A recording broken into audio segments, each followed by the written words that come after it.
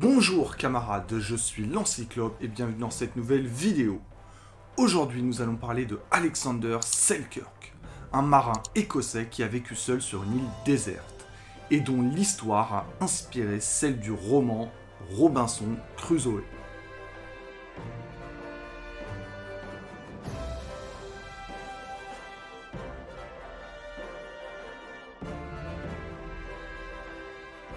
Alexander Selkirk est né en 1676 à Lower Largo en Écosse. Son père exerçait le métier de cordonnier. C'est un enfant querelleur et indiscipliné, et ça ne s'est pas arrangé en grandissant. En 1693, il est cité à comparaître devant le consistoire de Kirk, une organisation judiciaire des églises protestantes, pour conduite indécente dans une église. Il décide alors de s'enfuir en mer et commence une carrière de marin. En 1703, il devient corsaire dans l'océan Pacifique. Il se retrouve sous les ordres de William Dampier, premier homme à avoir exploré et cartographié une partie de l'Australie. Il sera nommé navigateur d'un navire de la flotte. Nous sommes en 1704, et la flotte du commandant Dampier se bat contre les navires espagnols en Amérique. La campagne militaire n'est pas gagnante, et la flotte se retrouve divisée en plusieurs parties. Le navire où officie Selkirk se retrouve près des îles Juan Fernandez au Chili.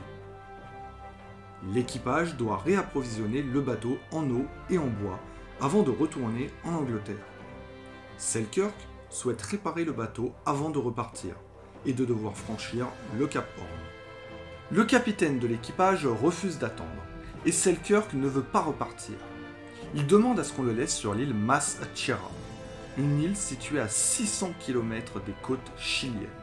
Son plan est de convaincre des membres de l'équipage de l'accompagner et d'attendre ensuite le passage d'un autre bateau. Personne ne souhaite venir avec lui et le capitaine est trop heureux de se débarrasser de Selkirk, impliqué dans plusieurs tentatives de mutinerie depuis le départ d'Angleterre. Quand il commence à voir le navire s'en aller, il se rend compte de son erreur et leur crie de revenir, mais le capitaine refuse et le laisse à son sort. Quel imbécile! En fait, pas vraiment. Le navire en question va couler près du Cap Horn, noyant la majorité de l'équipage. Tout ce qu'il possède, c'est un mousquet, de la poudre à canon, des outils de charpentier, un couteau, quelques vêtements et de la corde. Au départ, il choisit de rester sur le rivage, de peur des bêtes pouvant se trouver dans la forêt. Il se nourrit alors de crustacés et scrute l'horizon espérant voir passer un navire. Ce qui va l'inciter à découvrir le reste de l'île, c'est le bruit causé par les lions de mer durant la saison de reproduction. Bien lui en fut, puisqu'une fois dans les terres, il avait à disposition des chèvres, dont du lait et de la viande, des choux, des navets et des baies de poivre noir. Le seul problème, c'était les rats, qui l'attaquaient durant la nuit. Sa solution était de dormir près de chats sauvages, voire même d'en domestiquer. Couché! Debout! Couché! Assis! Debout! Couché! Couché! Couché! Ouais! Couché! Hein? Assis. Au début, il utilise son mousquet pour tuer les chèvres et son couteau pour les dépecer. Mais sa réserve de poudre à canon commençait à diminuer, et il a dû faire avec les autres moyens à sa disposition. Il tue en tout plus de 500 chèvres. Il réussit à se construire 2 cabanes grâce au bois de poivrier. Un jour, durant une chasse, il chuta d'un escarpement et resta inconscient une journée entière. Par chance, il tomba sur sa proie, ce qui a amorti sa chute et lui a évité d'avoir le dos en miettes. Après cet incident, il se met à lire la Bible, le seul livre à sa disposition. Au bout de 3 ans, 2 navires passent près de l'île. Il leur fait signe, jusqu'à ce qu'ils reconnaissent qu'ils sont espagnols. Ceux-ci accostent et lui tirent dessus. Il le pourchasse ensuite dans toute l'île, mais Selkirk réussit à se cacher.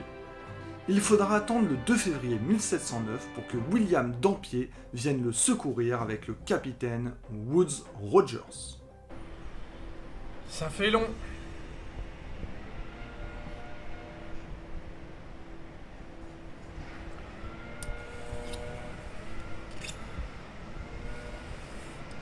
Selkirk va guérir les membres d'équipage du scorbut et nourrir les hommes grâce aux chèvres.